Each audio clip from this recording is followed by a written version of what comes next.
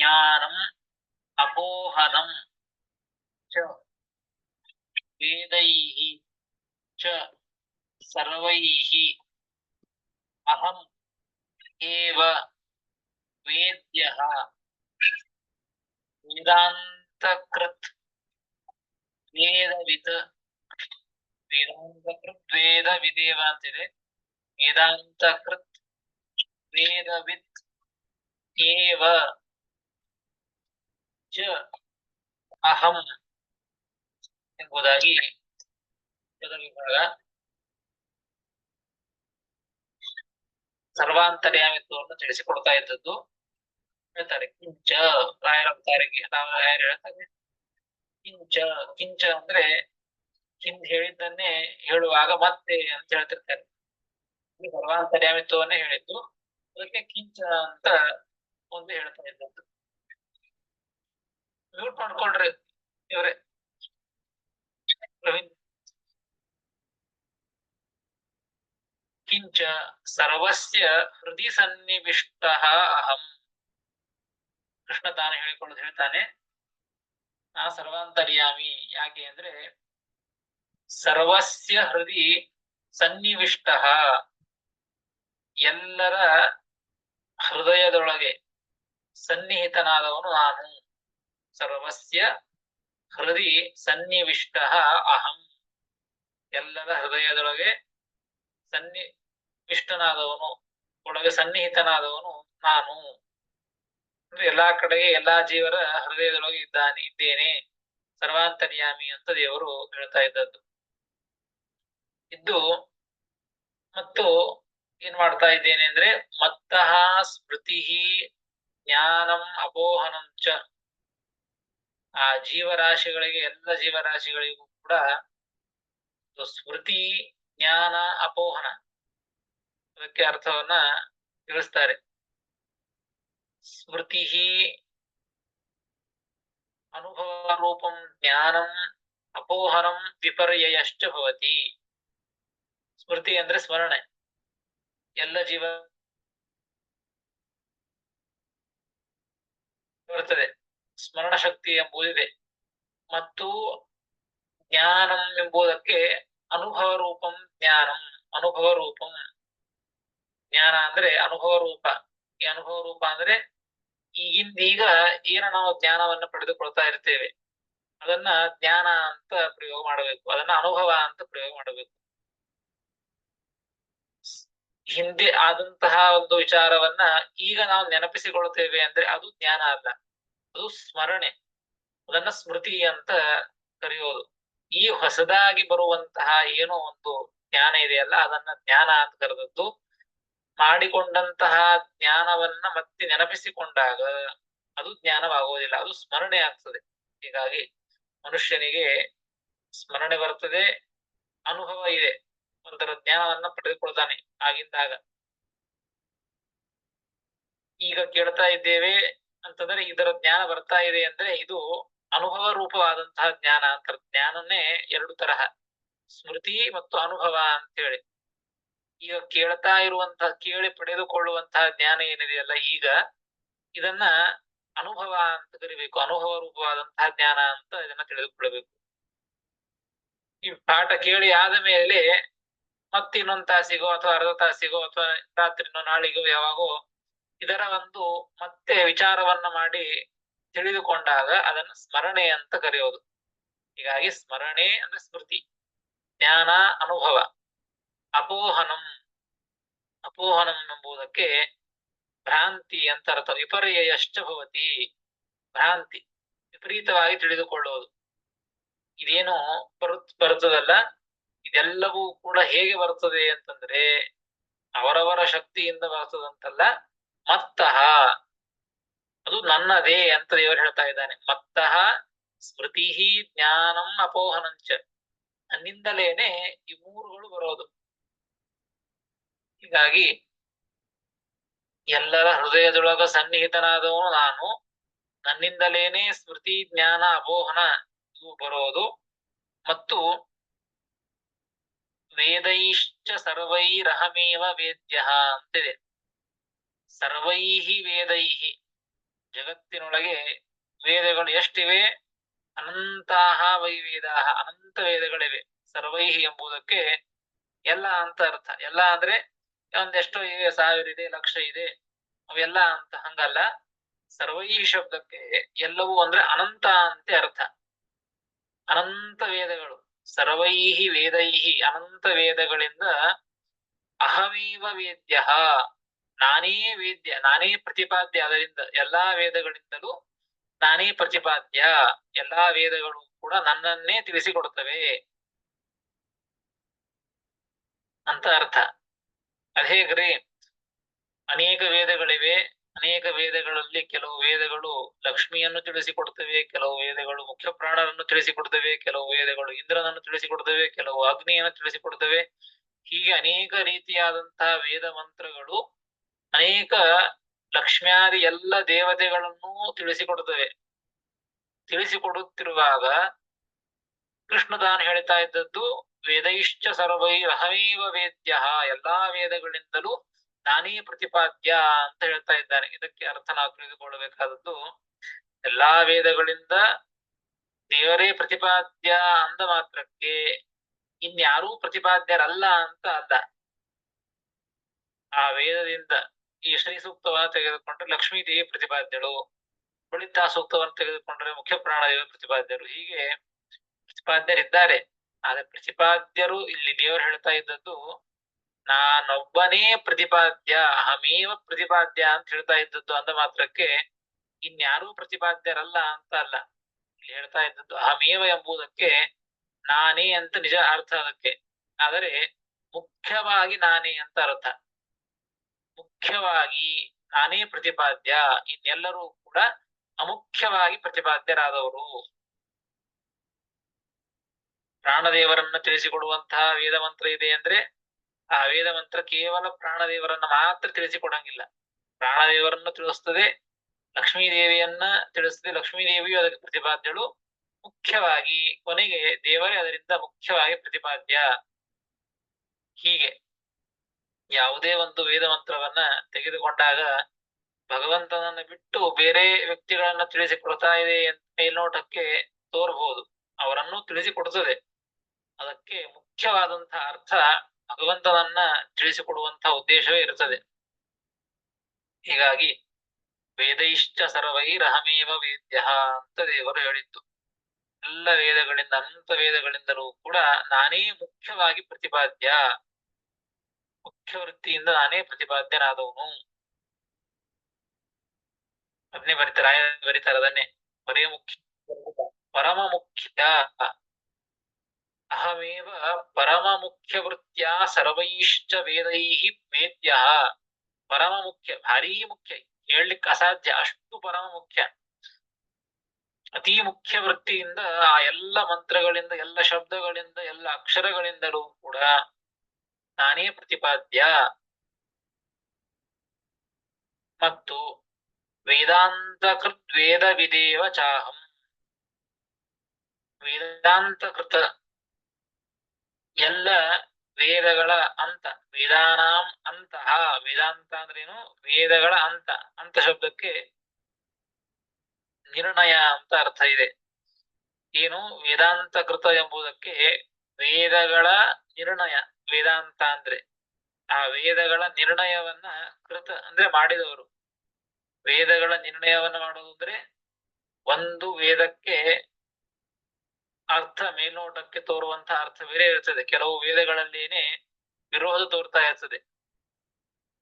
ಕೆಲವು ವೇದಗಳನ್ನು ನಾವು ತಿಳಿಯುವುದಾದರೆ, ಒಂದು ವೇದ ಮಂತ್ರದಲ್ಲೇನೆ ಒಂದು ವೇದ ಮಂತ್ರ ಆ ಸೂರ್ಯೋದಯಕ್ಕಿಂತ ಮೊದಲಿಗೆ ಯಜ್ಞವನ್ನ ಮಾಡಬೇಕು ಅಂತ ಹೇಳುತ್ತದೆ. ಮತ್ತೊಂದು ವೇದ ಸೂರ್ಯೋದಯದ ನಂತರದಲ್ಲಿ ಯಜ್ಞವನ್ನ ಮಾಡಬೇಕು ಅಂತ ಹೇಳುತ್ತದೆ. ನೋಡು, ವೇದಗಳಲ್ಲೇನೆ ಈ ರೀತಿಯಾಗಿ ಹೇಳಿಬಿಟ್ರೆ ಗೊಂದಲ ಸೃಷ್ಟಿಯಾಗಿ ಬಿಡುತ್ತದೆ. ಅದಕ್ಕಾಗಿ ಈ ತರಹದ ವೇದ ಮಂತ್ರಗಳು ಅನೇಕಗಳಿವೆ.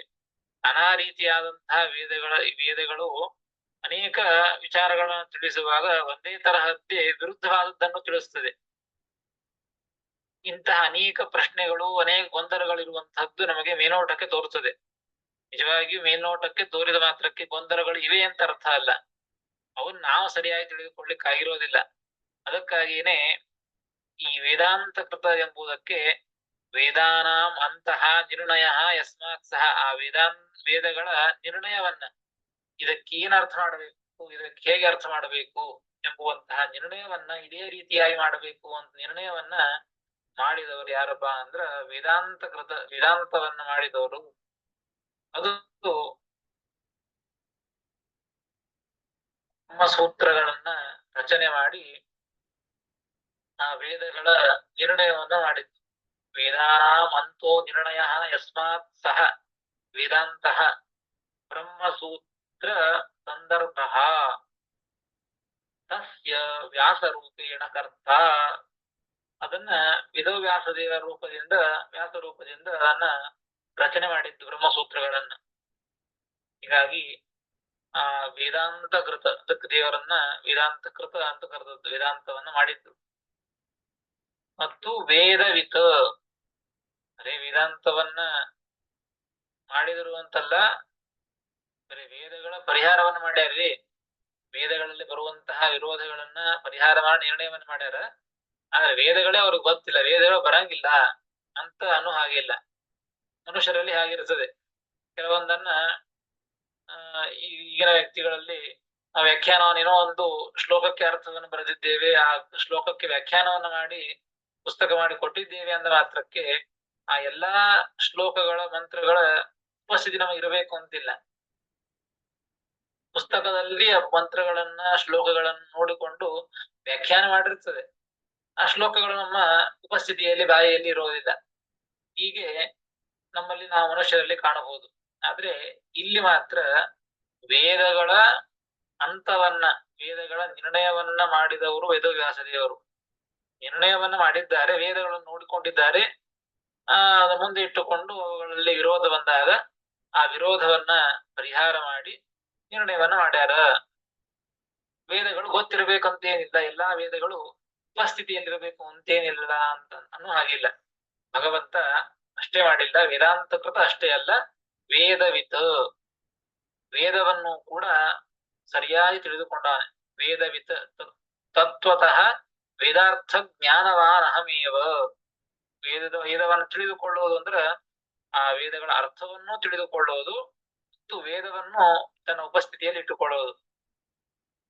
ಭಗವಂತ ಸರ್ವಜ್ಞ. ಹೀಗಾಗಿ ಅನಂತ ವೇದಗಳು ಕೂಡ ಭಗವಂತನಿಗೆ, ಎಲ್ಲದರ ಜ್ಞಾನ ಭಗವಂತನಿಗೆ ಇದ್ದೇ ಇದೆ. ವೇದವಿತ್ ತತ್ವತಃ ವೇದಾರ್ಥ ಜ್ಞಾನವಾ ಅಹಮೇವ. ಯಥಾರ್ಥವಾಗಿ ವೇದಗಳ ಅರ್ಥವನ್ನ ತಿಳಿದುಕೊಂಡವನು ನಾನೇ. ನೋಡಿ, ಯಥಾರ್ಥದನ್ನ ಹೇಳ್ತಾರೆ ರಾಯರು. ತತ್ವತಃ ಅಂತ ಇಟ್ಕೊಳ್ಬೇಕ್ರೆ, ವೇದವಿತ ಅಂದ ಮಾತ್ರಕ್ಕೆ ವೇದವನ್ನು ತಿಳಿದುಕೊಂಡವನು ಅಂದ್ರೆ ವಿಪರೀತವಾಗಿ ತಿಳಿದುಕೊಳ್ಳಬಹುದು, ಯಥಾರ್ಥವಾಗಿ ತಿಳಿದುಕೊಳ್ಳಬಹುದು. ಅನ್ಯಮತೀಯರು ವೇದಗಳನ್ನ ತಿಳಿದುಕೊಂಡು ವ್ಯಾಖ್ಯಾನ ಮಾಡಿರ್ತಾರೆ ವೇದಗಳಿಗೆ. ಅವರು ವೇದವಿತನೆ, ಕೆಲವು ವೇದವಿತ, ಆ ಎಲ್ಲ ಕೆಲವು ವೇದಗಳನ್ನ ತಿಳಿದುಕೊಂಡಿದ್ದಾರೆ. ಆ ತಿಳಿದುಕೊಂಡಂತಹ ವೇದವು ಹೇಗಿದೆ ಅಂದ್ರೆ ತತ್ವತಃ ಇಲ್ಲ, ಯಥಾರ್ಥವಾಗಿ ವಿರುದ್ಧವಾಗಿ ಆ ರೀತಿಯಾಗಿ ವೇದಗಳ ಅರ್ಥವನ್ನ ತಿಳಿದುಕೊಂಡದ್ದು. ದೇವರು ಹಾಗಲ್ಲ, ಎಲ್ಲ ವೇದಗಳನ್ನೂ ತಿಳಿದುಕೊಂಡಿದ್ದಾನೆ. ತಿಳಿದುಕೊಂಡಂತಹ ಎಲ್ಲ ವೇದಗಳು ಕೂಡ ಯಥಾರ್ಥವಾಗಿ ಇದೆ, ಸರಿಯಾಗಿಯೇನೆ, ಯಾವುದನ್ನು ಕೂಡ ವಿರುದ್ಧವಲ್ಲದೇನೆ ಸರಿಯಾಗಿ ಎಲ್ಲ ವೇದಗಳ ಅರ್ಥವನ್ನ ತಿಳಿದುಕೊಂಡಿದ್ದಾನೆ. ತಿಳಿದುಕೊಂಡವನು ನಾನೇ ಎಂಬುವಂತ ವಿಚಾರವನ್ನ ಕೃಷ್ಣ ಪರಮಾತ್ಮ ತಾನು ತಿಳಿಸ್ತಾ ಇದ್ದಾನೆ. ಇದನ್ನೇ ಮಾಂ ವಿಧತ್ತೆ ಮಾಂ ಇತ್ಯಾದೇಹೇ, ಇದಕ್ಕೆ ಒಂದು ಪ್ರಮಾಣವನ್ನು ಕೂಡ ಕೊಟ್ಟು ಅದನ್ನ ನಿರ್ಣಯವನ್ನು ಮಾಡ್ತಾರೆ ರಾಯರು. ಮಾಂ ವಿಧತ್ತೆ ಮಾಂ ಇತಿ ಇತ್ಯಾದೇಹೇ, ಈ ಪ್ರಮಾಣದಿಂದಾಗಿ ಆ ವೇದಗಳನ್ನ ತಿಳಿದುಕೊಂಡವು ನಾನೇ ದೇವರು.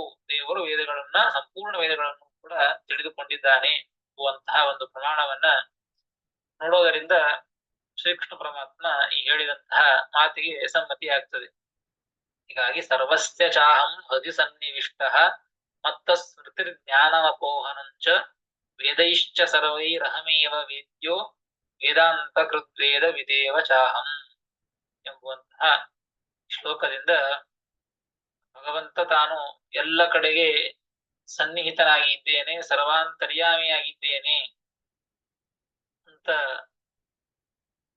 ತಿಳಿಸಿ ಮತ್ತೆ ಮುಂದಿನ ಶ್ಲೋಕದಿಂದ ಹಿಂದೆ ಪ್ರತಿಜ್ಞೆಯನ್ನು ಮಾಡಿದಂತೆ ಈ ಅಧ್ಯಾಯ ಶೇಷದಿಂದ ಸರ್ವಾಂತರ್ಯಾಮಿತ್ವ ಮತ್ತು ಸರ್ವೋತ್ತಮತ್ವವನ್ನ ಪ್ರತಿಪಾದನೆ ಮಾಡ್ತಾ ಇದ್ದಾನೆ ಕೃಷ್ಣ ಪರಮಾತ್ಮ ಅಂತ ಪ್ರತಿಜ್ಞೆಯನ್ನು ಮಾಡಿದಂತೆ ಇಲ್ಲಿಯವರೆಗೆ ಸರ್ವಾಂತರ್ಯಾಮಿತ್ವವನ್ನ ಸಮರ್ಥನೆ ಮಾಡಿ ಮುಂದಿನ ಶ್ಲೋಕಗಳಿಂದ ಸರ್ವೋತ್ತಮತ್ವವನ್ನ ತಿಳಿಸಿಕೊಡ್ತಾನೆ ಭಗವಂತ. ಅದನ್ನೇ ರಾಯರ ಅವತಾರಿ ಕೊಡ್ತಾರೆ. ಏವಂ ಸರ್ವಾಂತರ್ಯಾಮಿತ್ವಂ ಪ್ರಪಂಚ ಅಧುನಾ ಸರ್ವೋತ್ತಮತ್ವಂ ಪ್ರಪಂಚಯತಿ.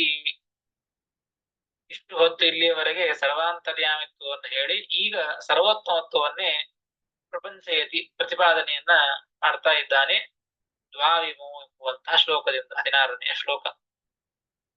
ದ್ವಾವಿಮೌ ಪುರುಷೌ ಲೋಕೆ ದ್ವಾವಿಮೌ ಪುರುಷೌ ಲೋಕೆ ಕ್ಷರಶ್ಚಾಕ್ಷರ ಏವ ಚ ಕ್ಷರಶ್ಚಾಕ್ಷರ ಏವ ಚ ಕ್ಷರಃ ಸರ್ವಾಣಿ ಭೂತಾನಿ ಕ್ಷರಃ ಸರ್ವಾಣಿ ಭೂತಾನಿ ಕೂಟಸ್ಥೋಕ್ಷರ ಉಚ್ಯತೆ. ಕೂಟಸ್ಥೋಕ್ಷರ ಉಚ್ಯತೆ. ದ್ವಾವಿಮೌ ಪುರುಷೌ ಲೋಕೆ ಕ್ಷರಶ್ಚಾಕ್ಷರ ಏವ ಚ ಕ್ಷರಃ ಸರ್ವಾಣಿ ಭೂತಾನಿ ಕೂಟಸ್ಥೋಕ್ಷರ ಉಚ್ಯತೆ ಎಂಬುದಾಗಿ 16ನೆಯ ಶ್ಲೋಕ. ಪದಚ್ಛೇದ.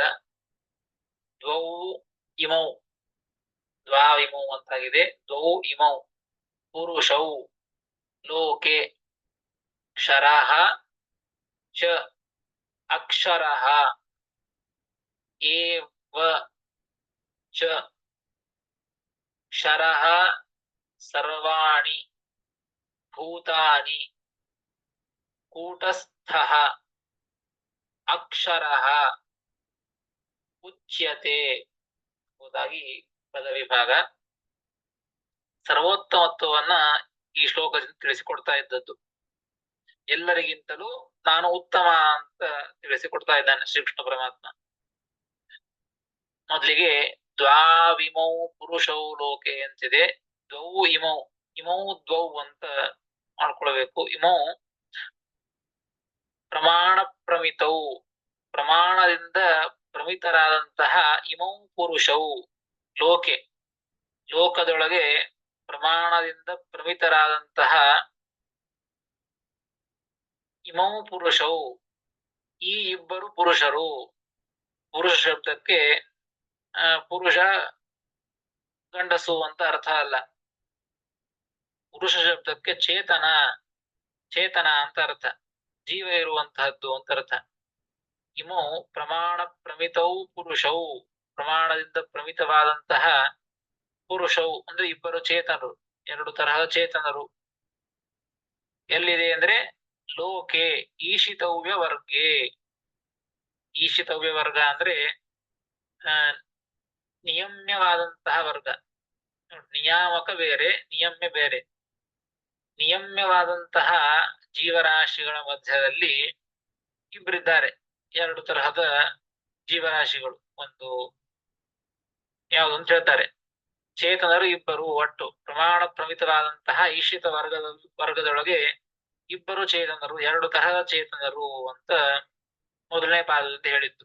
ಇಮೌ ದ್ವೌ ಲೋಕೆ ಪುರುಷೌ ಲೋಕದಲ್ಲಿ ಈಶಿತವ್ಯ ವರ್ಗದಲ್ಲಿ ದ್ವೌ ಇಮೌ ಪುರುಷೌ ಈ ಇಬ್ಬರು ಪುರುಷರು ಅಂತ ಹೇಳಿತ್ತು. ಅವರಿಬ್ರು ಯಾರು ಅಂತ ಪ್ರಶ್ನೆ ಮಾಡ್ಕೊಳ್ತಾರ ಯಾರು. ದ್ವೌ ಏತೌ ತೌ ಇತ್ಯತಃ ಆಹ ಕ್ಷರಶ್ಚೇತಿ. ಅದನ್ನೇ ದೇವರು ಹೇಳಿದ್ದು. ಕ್ಷರಶ್ಚಾಕ್ಷರ ಏವಚ ಆ ಇಬ್ಬರು ಯಾರು, ಇಬ್ಬರು ಪುರುಷರು ಅಂದ್ರೆ ಚೇತನರು ಯಾರು ಅಂತಂದ್ರೆ ಕ್ಷರ ಮತ್ತು ಅಕ್ಷರ ಅಂತ ಇಬ್ಬರು. ಕ್ಷರ ಜೀವ ಮತ್ತು ಅಕ್ಷರ ಜೀವ ಅಂತ ಹೇಳಿ ಎರಡು ತರಹದ ಜೀವರಾಶಿ. ಸರ್ವಾಣಿ ಭೂತಾನಿ ಬ್ರಹ್ಮಾದಿ ಜೀವರಾಶಿ ಶರೀರ ಕ್ಷರಣ ಹೇತುನಾ ಕ್ಷರ ಉಚ್ಯತೆ. ನೋಡಿ, ಕ್ಷರ ಅಂದ್ರೆ ಯಾವುದು ಅಂದ್ರೆ ಸರ್ವಾಣಿ ಭೂತಾನಿ, ಕೆಳಗಿನ ಪಾದ. ಕ್ಷರ ಸರ್ವಾಣಿ ಭೂತಾನಿ, ಸರ್ವಾಣಿ ಭೂತಾನಿ ಬ್ರಹ್ಮಾದಿ ಜೀವರಾಶಿ, ಬ್ರಹ್ಮದೇವರನ್ನ ಹಿಡಿದುಕೊಂಡು ತೃಣಜೀವದ ಪರ್ಯಂತರವಾಗಿ ಎಲ್ಲವೂ ಎಲ್ಲ ಜೀವರಾಶಿಗಳಿಗೆ ಏನಾಗ್ತದಪ್ಪ ಅಂದ್ರೆ ಶರೀರ ಕ್ಷರಣ ಹೇತುನ, ಅವರೆಲ್ಲರ ದೇಹವು ಕೂಡ ಒಂದಿಲ್ಲ ಒಂದು ದಿವಸ ನಾಶವಾಗಿ ಹೋಗ್ತದೆ. ಬ್ರಹ್ಮದೇವರನ್ನ ಹಿಡಿದುಕೊಂಡು ತೃಣಜೀವದವರೆಗೂ ಕೂಡ ಅವರವರ ದೇಹ ಇಂದಿಲ್ಲ ಒಂದು ದಿವಸ ನಾಶವಾಗಿ ಹೋಗ್ತದೆ, ಕ್ಷರಣವಾಗ್ತದೆ. ಕ್ಷರಣವಾಗ್ತಾ ಇರೋದರಿಂದ ಹೀಗಾಗಿ ಅವರ ದೇಹವನ್ನ ಅವರನ್ನ ಕ್ಷರ ಅಂತ ಕರೆದದ್ದು. ಕ್ಷರ ಸರ್ವಾಣಿ ಭೂತಾನಿ, ಎಲ್ಲಾ ಭೂತಗಳು ಎಲ್ಲಾ ಜೀವರಾಶಿಗಳು ಕೂಡ ಕ್ಷರ ಕ್ಷರಣ ಅವರ ದೇಹ ನಾಶವಾಗ್ತದೆ. ಈ ಕಾರಣದಿಂದಾಗಿ ಅವರನ್ನ ಕ್ಷರ ಅಂತ ಕರೆದದ್ದು, ಕ್ಷರ ಜೀವರು. ಇನ್ನು ಕೂಟಸ್ಥ, ಮುಂದಿನ ಪಾದ ಕೊನೆಯ ಪಾದ, ಕೂಟಸ್ಥೋಕ್ಷರ ಉಚ್ಯತೆ ಅಂತಿದೆ. ಮತ್ತೊಬ್ಬ ಪುರುಷ ಯಾರು ಅಂತಂದ್ರೆ ಕೂಟಸ್ಥ, ಕೂಟಂ ಆಕಾಶಂ ತದ್ವತ ಸ್ಥಿತ. ಕೂಟ ಅಂದ್ರೆ ಆಕಾಶ, ಆಕಾಶದಂತೆ ಇರುವವರು. ತದ್ವತ್ ಸ್ಥಿತ ಪುರುಷ, ಆಕಾಶದಂತೆ ಇರುವಂತಹ ಪುರುಷ. ಏನ್ ಹೆಂಗಂದ್ರೆ ಅಂದ್ರೆ ಆಕಾಶ ಹೇಗೆ ನಿತ್ಯವಾಗಿ ಇರ್ತದೋ, ನಾಶವನ್ನು ಹೊಂದೋದಿಲ್ಲ. ಆಕಾಶ ಹಾಳಾಗಿ ಹೋಯ್ತರಿ ಅಂತ ಅನ್ಲಿಕ್ಕೆ ಬರಂಗಿಲ್ಲ. ಆಕಾಶ ಸುಟ್ಟು ಹೋಯ್ತು, ಆಕಾಶ ಅವಧಿಯಾಗಿ ಹೋಯ್ತು, ಆಕಾಶ ಕೆಟ್ಟು ಹೋಯ್ತು, ಆಕಾಶ ನಾಶವಾಗಿ ಹೋಯ್ತು ಅಂತ ಅನ್ಲಿಕ್ಕೆ ಬರಂಗಿಲ್ಲ. ಆಕಾಶಕ್ಕೆ ಎಂದಿಗೂ ನಾಶ ಇಲ್ಲ, ಅವ್ಯಾಕೃತ ಆಕಾಶ. ಭೂತಾಕಾಶ ಬೇರೆ, ಅವ್ಯಾಕೃತ ಆಕಾಶ ಬೇರೆ. ಭೂತಾಕಾಶ ಅಂದ್ರೆ ಬ್ರಹ್ಮಾಂಡದ ಒಳಗೆ ಇರುವಂತಹ ಆಕಾಶವನ್ನ ಭೂತಾಕಾಶ ಅಂತ ಕರೆದದ್ದು. ಈ ಭೂತಾಕಾಶಕ್ಕೆ ನಾಶವನ್ನ ಶಾಸ್ತ್ರದಲ್ಲಿ ಅಂಗೀಕಾರ ಮಾಡಿದ್ದು. ಆದ್ರೆ ಅವ್ಯಾಕೃತವಾದಂತಹ ಬ್ರಹ್ಮಾಂಡದ ಹೊರಗೆ ಇರುವಂತಹ ಆಕಾಶ ಏನಿದೆ ಅದು ಅವ್ಯಾಕೃತ ಆಕಾಶ. ಅಂತಹ ಅವ್ಯಾಕೃತ ಆಕಾಶಕ್ಕೆ ನಾಶ ಇಲ್ಲ. ಅದು ಹೇಗೆ ನಿತ್ಯವೋ ಅದಕ್ಕೆ ಹೇಗೆ ನಾಶ ಇಲ್ಲವೋ ಅದೇ ರೀತಿಯಾಗಿ ಯಾರು ಅಂದ್ರೆ ಮತ್ತೊಬ್ಬ ಪುರುಷ, ಸ್ಥಿತಃ ಪುರುಷ, ಅದರಂತೆ ನಾಶವನ್ನ ಹೊಂದದೇ ಇರುವಂತಹ ಪುರುಷ, ಜೀವ, ಚೇತನ ಏನಿದ್ದಾರೋ ಅಕ್ಷರ ಅಕ್ಷರ ಹೇತುತ್ವಾತ್, ಅಕ್ಷರ ದೇಹತ್ವಾತ್. ಆ ಪುರುಷ ಅಂದ್ರೆ ಚೇತನ ಅಂತ ಅರ್ಥ ಅಷ್ಟೇ.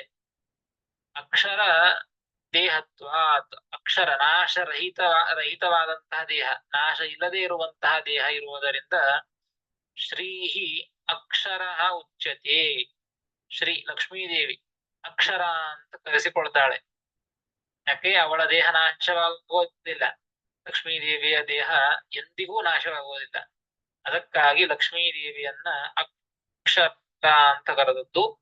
ಲಕ್ಷ್ಮೀದೇವಿಯ ನಂತರದಲ್ಲಿರ್ತಕ್ಕಂತಹ ಬ್ರಹ್ಮದೇವರನ್ನು ಹಿಡಿದುಕೊಂಡು ತೃಣಜೀವದ ಪರ್ಯಂತರವಾಗಿ ಎಲ್ಲರ ದೇಹವು ನಾಶವಾಗುವುದರಿಂದ ಅವರನ್ನ ಕ್ಷರ ಅಂತ ಕರೆದದ್ದು. ಹೀಗಾಗಿ ಕ್ಷರ ಸರ್ವಾಣಿ ಭೂತಾನಿ ಕೂಟಸ್ಥ ಅಕ್ಷರ ಯುಜ್ಯತೆ. ಎಲ್ಲ ಜೀವರಾಶಿಗಳನ್ನ ನಾಶ ಹೊಂತಾ ಇದ್ದುದರಿಂದಾಗಿ ಕ್ಷರ ಅಂತ ಕರೆದದ್ದು. ಲಕ್ಷ್ಮೀದೇವಿಯು ನಾಶವನ್ನು ಹೊಂದದೇ ಇರೋದರಿಂದ ಅಕ್ಷರ ಅಂತ ಕರೆದದ್ದು. ಈ ರೀತಿಯಾಗಿ ಜಗತ್ತಿನೊಳಗೆ ಇಬ್ಬರು ಪುರುಷರು, ಇಬ್ಬರು ಚೇತನರು ಅಂತ ಶ್ರೀಕೃಷ್ಣ ಪರಮಾತ್ಮ ತಾನು ತಿಳಿಸಿಕೊಡ್ತಾ ಇದ್ದದ್ದು. ಇಲ್ಲಿ ಪುಲ್ಲಿಂಗೇನ ಉಚ್ಯತೆ ಸ್ತ್ರೀ ಚ ಪುಂವತ್ ಶಕ್ತಿಮತಿ ಕ್ವಚಿದಿತಿ ಛಾಂದೋಗ್ಯ ಭಾಷ್ಯೋಕ್ತೇ. ನೋಡ್ರಿ, ಇಲ್ಲಿ ಏನ್ ಹೇಳ್ಯಾರಂದ್ರೆ ಇಲ್ಲಿ ಕೂಟಸ್ಥ ಉಚ್ಯತೆ ಅಂತ ಹೇಳಿದರು.